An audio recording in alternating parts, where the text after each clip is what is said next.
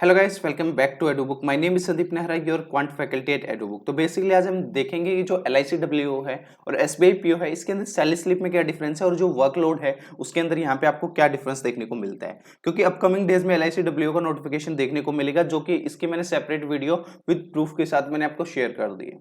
ठीक है, देखो सबसे पहले एक बेसिक चीज मैं बता देता हूँ। LICW और SBI PO में दोनों ही कहीं ना कहीं एक अच्छी जॉब है और इसके अंदर कंपैरिजन करना उतना सही नहीं है, क्योंकि दोनों का जो सेक्टर है वो काफी अलग है। SBI है, आपको पता है, बैंकिंग सेक्टर में वर्क करता है, जो जहां पे आपका कस्टमर बेस बहुत ज्यादा है।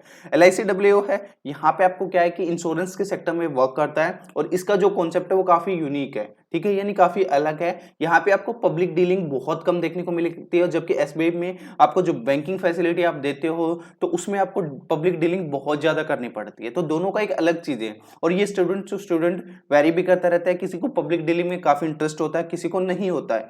ठीक है ना, तो ये सारी चीजें वेरी करती हैं। बट ये जो मैं चीजें आपके साथ शेयर कर रहा हूँ, मैं पर्सनल ओपिनियन के हिसाब से कर रहा हूँ, तो इसको आप देख सकते हो।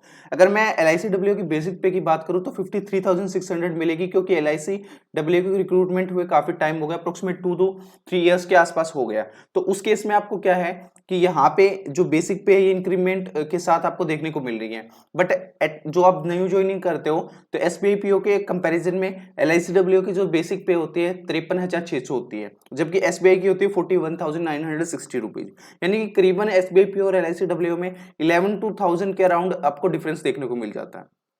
11 से 11,500 रुपए के बीच में बेसिक पे में LICW और SBI PO के बीच में डिफरेंस है।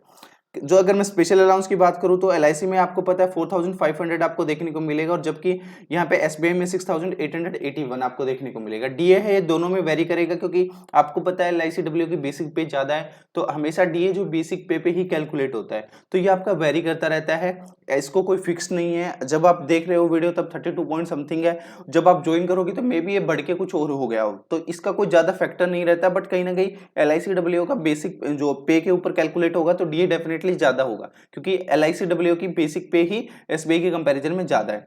इसके अलावा अगर हम ट्रांसपोर्ट अलाउंस की बात करें तो यहाँ पे मिलता है 1960 रुपए LIC में, और SBI की बात करें, देखो ट्रांसपोर्ट अलाउंस का ऐसा कॉन्सेप्ट है, आपको पेट्रोल अलाउंसेस वगैरह मिलते हैं। ठीक है, तो वो कहीं ना कहीं यहाँ पे एक स्मार्ट कंपनसेशन पैकेज के तौर पे एक ही साथ आपको इंक्लूड कर दिया जाता है। देखो यहाँ पे देख रहे हो, अगर आप क्या है, जितने भी जैसे मंथली अलाउंसेस होते हैं, जो आपके अलाउंसेस होते हैं, पेट्रोल अलाउंस बोलते हैं जिसको, एंटरटेनमेंट हो गया, क्लीनिंग हो गया, ठीक है, न्यूज़पेपर हो गया, मोबाइल हो गया, तो ये सारे अलाउंसेस SBI में क्या है, एक पैकेज बना रखा है कि आप इसको एक ही बार बोल दो कि भाई मुझे SCP चाहिए, तो हर एक महीने आपको अलग अलग क्लेम नहीं करना, आपकी सैलरी में उसको इंक्लूड होकर एक साथ आपको मिल जाएगा। लेकिन LIC में क्या है कि LIC में हर एक जो आपको क्लेम है वो अलग अलग करना पड़ता है। इसके अलावा LIC में काफी चीजें यूनिक भी होती है, ठीक है ना, अलग होती है, क्योंकि जैसे LIC में कुछ और अलाउंसेस भी आपको मिलते हैं, तो ये आपके अलाउंस है, दो काफी अलग चीज हो जाती है, उनको हम कंपेयर नहीं कर सकते। मैं बेसिक पे और इन चीजों पे ही इसका यहाँ पे सैलरी स्लिप में कंपैरिजन कर रहा हूँ। अगर मैं ओवरऑल यहाँ पे बात करूँ तो कहीं ना कहीं LICW है, अगर आप न्यू ज्वाइन करते हो और SBI पे न्यू ज्वाइन करते हो तो दोनों में LICW की सैलरी में कहीं ना कहीं आपको एटलीस्ट 12 to 13,000 का डिफरेंस देखने को मिलेगा। क्लियर है। बट एक मोस्ट इंपॉर्टेंट चीज मैं बता देता हूँ, LIC में आपको पेंशन डिडक्शन होती है, लेकिन SBI में आपकी PF भी कटता है, पेंशन भी कटता है। लेकिन यानी जो 5 4 9 यानी अप्रोक्सीमेटली 10,000 आपके अकाउंट से कटते हैं, उतने ही आपको SBI भी देता है। लेकिन जो LIC में है आपको पेंशन का कटता है 7,000 के अराउंड, और इतना ही आपको वहां पे ये चीजें देखने को मिलती हैं। तो ये कहीं ना कहीं एक बेसिक डिफरेंस आ जाता है लॉन्ग टर्म में। क्लियर है, ये लॉन्ग टर्म की बात हो रही है, क्योंकि देखो PF का फायदा और ये जो चीजें हैं ना, इनका फायदा लॉन्ग टर्म में ज्यादा आपको देखने को मिलेगा। क्लियर है, तो ये चीजें यहाँ पे इंपॉर्टेंट रहेंगी। अब दूसरी इंपॉर्टेंट चीज मैं आपको बता देता हूँ। देखो इसको कंपैरिजन के साथ साथ एक इंपॉर्टेंट चीज है जो आपको ध्यान रखनी है कि देखो, अगर आप लॉन्ग टर्म में चाहते हो कि आप लॉन्ग टर्म में कुछ बेनिफिट लो, तो आप SBI के साथ जाइए, क्योंकि देखो लॉन्ग टर्म में इसके बहुत सारे बेनिफिट हैं। कंपैरिजन में मैं आपको बता दूं, देखो SBI में क्या है कि आपकी जो यहाँ पे कहीं ना कहीं प्रमोशन या ग्रोथ रेट है वो बहुत ज्यादा है, ठीक है ना, LIC के कंपैरिजन में। LIC में जो प्रमोशंस की जो सिस्टम है बहुत स्लो है, आपको काफी टाइम के बाद प्रमोशंस देखने को मिलेंगे। प्रमोशनल एग्जाम्स दोनों में है नो डाउट, बट कहीं ना कहीं SBI की जो ग्रोथ रेट है वो ज्यादा है, कह सकते हो कि 2x as compare to the LICW x के कंपैरिजन में, क्योंकि LIC कर x है तो SBI 2x है, यानी से 2 टाइम्स फास्ट है।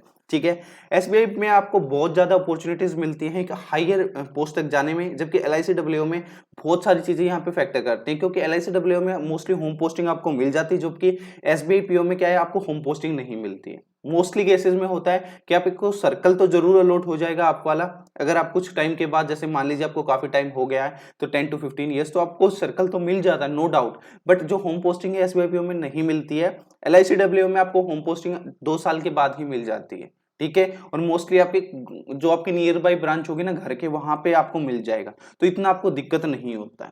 बट कहीं ना कहीं ग्रोथ के कंपैरिजन में एसबीआईपीओ में आपको ज्यादा फायदा रहेगा, अगर आप लॉन्ग टर्म में चाहते हो कि हाँ मैं कुछ नया सीखना चाहता हूँ या फिर मुझे ग्रोथ चाहिए अपने कैरियर में, ठीक है, तो आप एसबीआईपीओ की तरफ चाहिए। अगर आपको लगता है कि नहीं एलआईसी के साथ मैं सेटिस्फाइड हूँ, मुझे ना ग्रोथ में इंटरेस्ट है ज्यादा, मेरा थोड़ा बहुत होता रहेगा तो काम चल जाएगा, तो एलआईसी डब्ल्यू के साथ रहिए। इसमें आपको ग्रोथ भी स्लो रहेगी, आपकी होम पोस्टिंग रहेगी, वर्कलोड नहीं है, 9 to 5 जॉब है। एलआईसी डब्ल्यू में 9 बजे सुबह जाओ, शाम को 5 बजे, बस दैट्स इट। 5 बजे के बाद एलआईसी में कोई भी काम नहीं होता, ब्रांच क्लोज हो जाती है, क्योंकि मेरा एक फ्रेंड है वो काम करता है तो मुझे इनके बारे में अच्छे से पता है। एलआईसी में एक ये बेनिफिट है कि आप दिन में मान लो आपको कुछ पर्सनल काम आ गया तो दिन में आप जा सकते हो, क्योंकि इसमें ज्यादा पब्लिक डीलिंग नहीं होती है, ये पर्सनली मैंने देखा है। तो ऐसा कुछ खास वर्कलोड नहीं है एलआईसी डब्ल्यू में। बल्कि एसबीआईपीओ में आपको क्या है कि अगर सुबह 9 बजे आप ब्रांच में जाते हो तो शाम का टाइम आपको खुद नहीं पता कि वो 7 बजे आओगे, 8 बजे आओगे, 9 बजे आओगे, वो डिपेंड करता है ब्रांच टू ब्रांच और सिचुएशन टू सिचुएशन। क्योंकि जैसे अगर मैं बात करूं मार्च मंथ की, फाइनेंशियल ईयर एंड है, पता नहीं एसबीआईपीओ में जो वर्कलोड होता है वो काफी बढ़ जाता है उस टाइम पे। तो ये आपका क्या है कि कहीं ना कहीं अगर आपकी ग्रोथ ज्यादा है तो आपको वहां पे काम भी ज्यादा करना पड़ेगा। एसबीआईपीओ में देखो सैलरी को कंपेयर नहीं कर सकते इस केस में, क्योंकि एलआईसी डब्ल्यू में बेसिक पे में स्टार्टिंग में डिफरेंस है। बट जब एसबीआईपीओ की ग्रोथ रेट ज्यादा है तो कुछ टाइम के बाद एलआईसी का एक स्टूडेंट ज्वाइन करता है, उसी टाइम एसबीआई का ज्वाइन करता है, तो कुछ टाइम के बाद दोनों की सैलरी सेम ही आपको देखने को मिलेगी, क्योंकि यहाँ पे एसबीआई में इंक्रीमेंट लग गया, प्लस यहाँ पे इसके प्रमोशंस हो जाते हैं। तो प्रमोशंस के केसेस में जो सैलरी में ज्यादा डिफरेंस आपको नहीं देखने को मिलता। क्लियर है? तो ये चीजें रहती हैं। वर्कलोड वाइज अपने हिसाब से आप देख लो। अगर आपको 5 डेज वर्किंग चाहिए, आपको चाहिए भी नहीं मैं और एग्जाम की तैयारी करनी like UPSC, RBI, grade B, then LIC W आपके लिए बेस्ट अपॉर्चुनिटी है। ठीक है, एसबीआई पीओ में आप रह सकते हो, अगर आपको एसबीआई के ही साथ रहना हमेशा, देन आप एसबीआई पीओ ज्वाइन करो। ठीक है, क्योंकि इसमें ग्रोथ भी है और आपको काफी अच्छी अच्छी अपॉर्चुनिटीज मिलेंगी, चाहे फॉरेन पोस्टिंग से रिलेटेड हो या अलग अलग डिपार्टमेंट में आप काम कर रहे हो या फिर अलग अलग आप ऑर्गेनाइजेशंस के साथ भी काम करोगे।